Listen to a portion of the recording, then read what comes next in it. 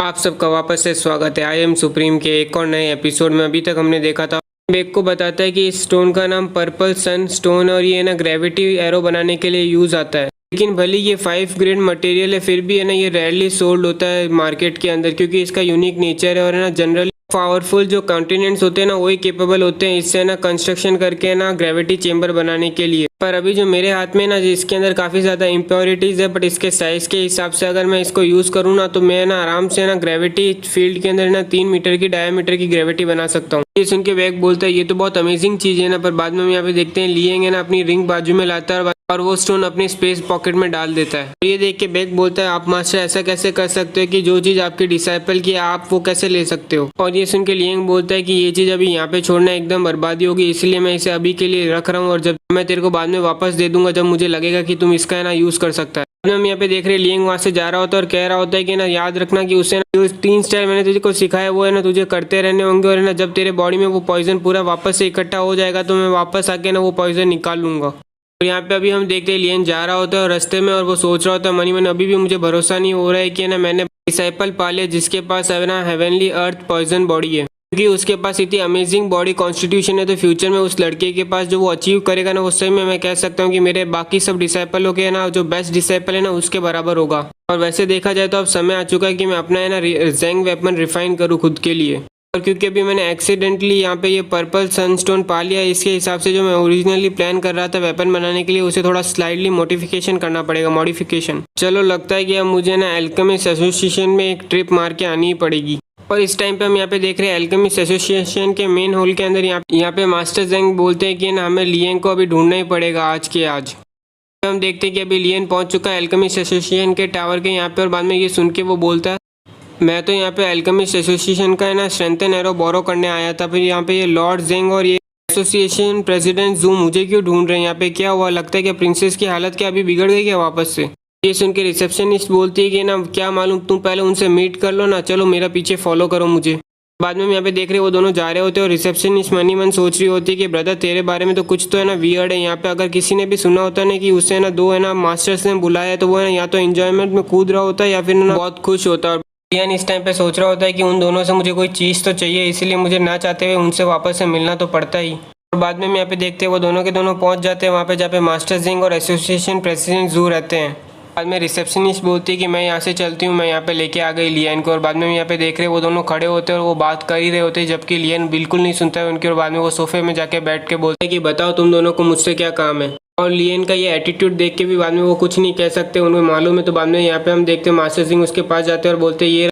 ये एक invitation card है हमारे मैजेस्टी की तरफ से तुम्हारे लिए, क्योंकि हम सेलिब्रेट कर रहे हैं टीचर यांगशी का फर्स्ट टाइम एल्केमिस्ट बनने के लिए और है ना प्रिंसेस की पूरी रिकवरी के लिए। इस इनविटेशन के साथ तुम और है ना तुम्हारे साथ कोई 5 बंदे आ सकते हैं वहाँ पे। उनके बाद में लियन बोलता है बस इसी चीज़ के लिए तुमने मुझे यहाँ पे समन किया था क्या। और ये सुन के बाद में वो दोनों आपस में एक दूसरे को देख रहे होते हैं और बाद में यहाँ पे ना मास्टर ज़ेंग बोलते हैं कि हमें ये भी जानना था कि तुम है ना डिसाइपल हो क्या लॉर्ड यांगडी के। यहाँ पे लियन जवाब दे देता है सीधा नहीं। सुनते मास्टर ज़ेंग बोलते हैं नहीं तुम यहाँ पे डिसाइपल नहीं हो उनके, तो तुम्हें फ्लोटिंग लाइफ स्टाइल और यहाँ पे गोल्डन नीडल एक्यूपंक्चर कैसे आता है। सुनते बाद में लियन खड़ा हो जाता है, वो बोलता है अगर तुम्हारे पास और कोई चीज़ नहीं है तो मैं यहाँ से जा रहा हूँ। और यहाँ पे बाद में प्रेसिडेंट उसे रोकने की कोशिश करते हैं कि भाई 2 मिनट रुको। और यहाँ पे ना मास्टर ज़ेंग सोच रहे होते हैं कि आज तक किसी ने भी इतनी हिम्मत नहीं की वो मुझे ना इतनी बेइज्जती करे मेरी कोई। बाद में प्रेसिडेंट बोलते हैं आपको 2 मिनट रुको तो ज़रा यहाँ पे देखो। और बाद में मास्टर ज़ेंग बोलते हैं आप इतना इम्पेशेंट क्यों हो रहे हो यंग मास्टर, यहाँ पे हमने आपको इन्वाइट इसलिए किया था ताकि आप है ना आपको थैंक यू कह सके हमने प्रिंसेस को सेव करने के लिए। और ये दोनों चीज़ें आपके लिए ही रखी गई है, आपको अप्रिसिएशन देने के लिए, हमारे थैंक्स बताने के लिए। यहाँ पे हम देखते हैं लियन है ना एक बॉक्स उठाता है और बाद में उसे खोल के देखते हैं तो बाद में हम यहाँ पे देखते हैं उस बॉक्स के अंदर रहता है एक बैच, वो रहता है बैच रहता है 2nd टायर एल्केमिस्ट का। और बाद में प्रेसिडेंट बोलते हैं कि ना आपने गोल्डन नीडल एक्यूपंक्चर जो हमें दिखाई है ना वो है ना फार अबाव है यहाँ पे 2nd टायर एल्केमिस्ट के मुकाबले, बट मेरे पास इतनी अथॉरिटी है कि ना मैं 2nd टायर बैच ही आपको दे सकता हूँ। अगर मुझे माफ़ करना, बट अगर आपको है ना हायर लेवल ऑफ है ना एल्केमिस्ट बैच चाहिए ना तो आपको है ना एग्ज़ाम देनी पड़ेगी उसके लिए, वो हमारे एसोसिएशन ब्रांच के अंदर। बाद में लियन यहाँ पे बोलता है ये चीज़ काफ़ी ठीक है, वैसे भी देखा जाए बाकी सब चीज़ों को साइड में रखा जाए तो मंथली मुझे पेमेंट मिलेगी अलोन, और यहाँ पे ना ये चीज़ रिस्पेक्टेबल भी है।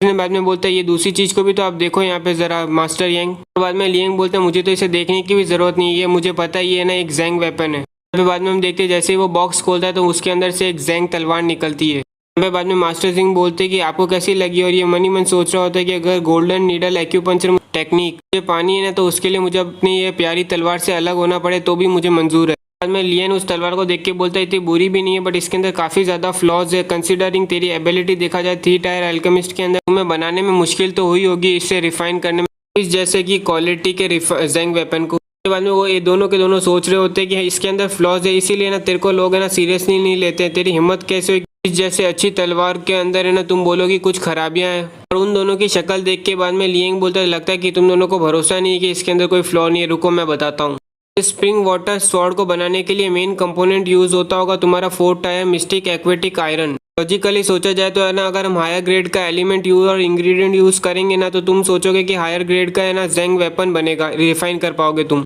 पर क्योंकि तुम्हारी यहाँ पे 3rd टायर की एबिलिटी है, 3rd टायर अल्केमिस्ट की एबिलिटी है, तो तुम यहाँ पे है ना 4 टायर के एलिमेंट का है ना स्ट्रक्चर नहीं समझ पाए, और है ना तुम बस इसका ना शेप बदल पा रहे हो, वो भी है ना ब्रूट फोर्स के साथ। अपना जोर लगा के तुम शेप तो बदल पा रहे हो, पर तुम्हें मालूम है अगर इसी जगह पे तुमने 3rd टायर का एलिमेंट यूज किया होता ना, तो ये वाला जो जैंग वेपन बनता है ना वो काफी स्ट्रांग होता है। बट यहाँ इसके अंदर से ना पावर तो बहुत ज़्यादा निकल सकती है, बट इसी के साथ है ना ये ज़्यादा है ना डैमेज भी लेगा, और है ना ज़्यादा डिमांड करेगा अपने वॉरियर से कि है ना उसकी पावर ज़्यादा एग्जॉस्ट करेगा जल्दी, इसके टूटने के चांसेस ज़्यादा होंगे, जबकि है ना वो 3rd टायर मटेरियल से बने हुए जैंग वेपन किससे मुकाबले। ये सुन के मास्टर जैंग सोच रहे हैं मैंने कभी इस तरीके से सोचा ही नहीं, मैं तो केवल है ना इस जैंग वेपन की है ना क्वालिटी और है ना ग्रेड बनाने की कोशिश कर रहा था, मैंने कभी ड्यूरेबिलिटी पे ध्यान ही नहीं दिया। जहाँ तक यहाँ पे रिफाइनमेंट टेक्निक की बात आई, तुमने ये सोचा होगा फायर मटेरियल जितना ज़्यादा स्ट्रांग होगा उतना ही ज़्यादा अच्छा होगा ना, बट यहाँ पे तुम लॉर्ड ज़ेंग यहाँ पे आपने ना demonic beast internal fire use की है ना, और जो है ना फायर एट्रीब्यूट के, जिसकी वजह से ये ना डायरेक्टली क्लैश करता होगा ये मिस्टिक है ना एक्वेटिक आयरन, जिसका है ना वाटर एट्रीब्यूट होता है पानी।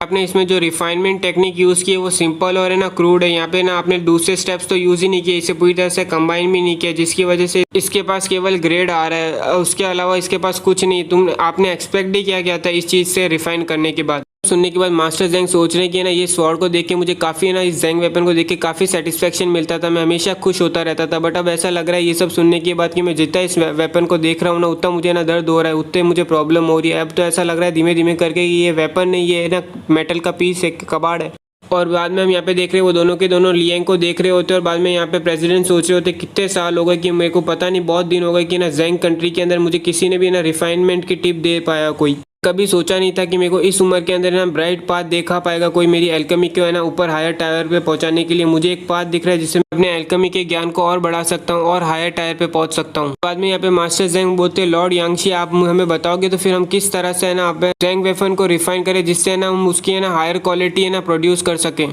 ये सुन के बाद में लियंग बोलता है कि वैसे भी मुझे खुद को भी है ना एक रिफाइन करना है जैंग वेपन अपने खुद के लिए, तो इसकी बात आई है तो क्यों ना मैं तुम्हारा रिफाइनमेंट चेंबर यूज़ कर लेता हूँ। और जहाँ तक बात आई कि मैं तुम्हें क्या सिखाऊंगा वो तो तुम्हारे ऊपर डिपेंड करता है कि इतना तुम देख के कितना सीख सकते हो। और ये सुन के बाद में उन दोनों के दिमाग में ये चल रहा होता है कि हम कितना सीख सकते हैं देख के, हमारी एबिलिटी क्या है। ऐसा लग रहा है कि इन दोनों के मुँह पे ना तमाचा पड़ चुका है। और बाद में हम यहाँ पे देखते हैं हमें ज़ेरेंग दिखाया जाता है जो बोल रहा होता है यंग मास्टर आपका बहुत धन्यवाद, आपने ना मुझे याद रखा, मेरे को रिमेंबर किया, आपने यहाँ पे ना जब रिफाइनमेंट आप कर रहे थे तो उससे पहले आपने मुझे बुला लिया। और यहाँ पे हम देख रहे हैं कि वो है ना यहाँ पे रिफाइनमेंट चेंबर के अंदर होते हैं, और बाद में ज़ेरेंग बोल रहा होता है मास्टर मैंने अपना है ना लेसन लर्न कर लिया, मैंने अपने सारे स्टूडेंट्स को यहाँ पे बुला लिया और है ना उनको एक अच्छा है ना हार्ड लेसन दिखाया है और है ना टीच किया है कि ना वो अपनी ट्रेनिंग पे ध्यान देंगे और फालतू में किसी भी मामले में नहीं पड़ेंगे, वरना मैं उन्हें डायरेक्टली हटा दूंगा, निकाल दूंगा। पे हम देख रहे हैं लियन यहाँ पे ना चेंबर को देख रहा होता है, वो फर्नेस को देख रहा होता है, और वो बोल रहा होता है कि मुझे लगा नहीं था कि टेंगशू के यहाँ पे तुम्हारे पास रिफाइनमेंट एरो चेंबर होगा, जिसकी वजह से अब लगता है कि ना ये मेरी बियॉन्ड एक्सपेक्टेशन है, अब मेरे ना रिफाइनमेंट प्रोसेस करने में ना और भी ईजी हो जाएगा और अब मुझे ना थोड़ा आसानी से मैं अपना काम कर पाऊंगा। सुन के बाद में प्रेसिडेंट बोलते ये सब जो कंस्ट्रक्शन किया है ना वो सब है ना लॉर्ड यांगडी ने किया, वो जब यहाँ पे थे।